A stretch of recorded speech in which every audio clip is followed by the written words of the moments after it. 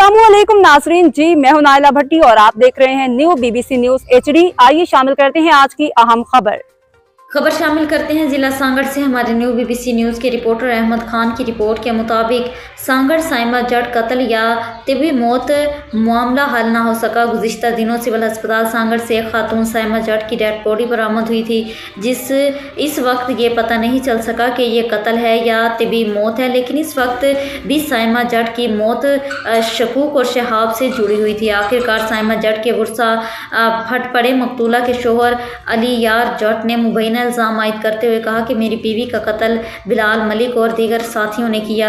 इन्होंने कहा कि 7 दिन गुजरने के बावजूद पुलिस साइमा जट केस में मां सिवाय FIR के कोई भी पेशरफ्त ना कर सकी। साइमा जट के शोहर अलियार और जट और इसके बच्चों के ने इल्ज़ाम आयद करते हुए बताया कि हमारी मां का कत्ल बिलाल मलिक और दीगर ने किया।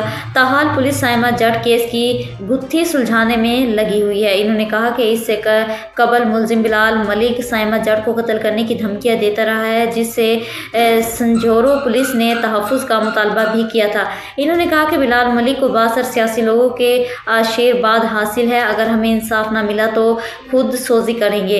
इन्होंने कहा कि मेडिकल स्पोर्ट्स में भी रद्दोबदल किया जा रहा है। ये केस ओपन केस है। साइमा जट का मोबाइल आखिरी वक्त ऑन हालत में डेड बॉडी से मिला है। जियो फ्रांसिक रिपोर्ट कॉल डाटा से इस केस की इंक्वायरी कोई मुश्किल काम नहीं है। पोस्टमार्टम रिपोर्ट में भी मंजर आम पर नहीं आ सकी। दूसरी जानिब मालूम हुआ कि पुलिस इंतहाई बारीक बीनी तमाम हाल का गौर जायजा ले रही है ताकि वो असल मुल्जिमान तक पहुंच सके। मुझे 4 ॿार ऐं मुंहिंजी बीवी जो नालो साइमा आहे ऐं असांखे बिलाल मलिक जेको डॉक्टर खुर्शीद जो बैटरियो आहे सर, हू अॼु खां 5 महीना पहिरियां उनखे ब्लैकमेल करणु शुरू थियो ऐं मुंहिंजे पुट मूंखे अची ॿुधायो त हीउ असांखे ब्लैकमेल करे थो। ठीकु सर, असां 5-4 चकर वियासीं। डॉक्टर खुर्शीद चयो तव्हांखे सदर आहे शहर जो, चङो मुड़ुसु आहे, वॾेरो आहे, ॾाढो असां असीं ग़रीब आहियूं, असांजो को बि न आहे, ख़ुदा जो अलाह खां सवाइ को बि न आहे। हिन ॾाढे असां सां ज़्यादती कई आहे ऐं डॉक्टर खुर्शीद हिन में मुलवज़ आहे। पुलिस ते वॾे माण्हुनि जो प्रेशर आहे ऐं वॾा माण्हू फोन करूं रहिया आहिनि ऐं थी सघे थो त पुलिस खे कुझु पैसा ॾिना विया हुजनि, पर पुलिस मजबूर आहे। मजबूर कयो ही मरियम, ही मुंहिंजी मैट्रिक करे रही आहे सर, मैट्रिक क्लास कई आहे, 11 क्लास में दाख़िला नथी वठणु चाहे सर। ही चए थी न ऐं अगरि दाख़िला वठण शायदि अॼु न असांजी अम्मा सां ईअं कयो, शायदि असां सां सुबुह न थिए ईअं।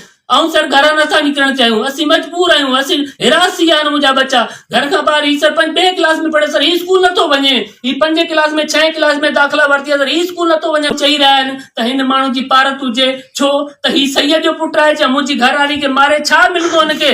ऐं सर कंहिंखे दां ॾियां, कंहिंखे चवाऊं। कोर्ट में भी सर पैसो आहे, अगर थाने में पैसो आहे तो कोर्ट में पैसो आहे। ऐं चवां थो त जी हुन खे मारियो आहे, ईअं मारियो वञे, पोइ मुंहिंजे दिलि खे तसल्ली थींदी, न त असीं खुदकुशी कंदासीं। वधीक अब तक के लिए इतना ही। मज़ीद खबरों और अपडेट्स के लिए देखते रहें न्यू BBC न्यूज HD।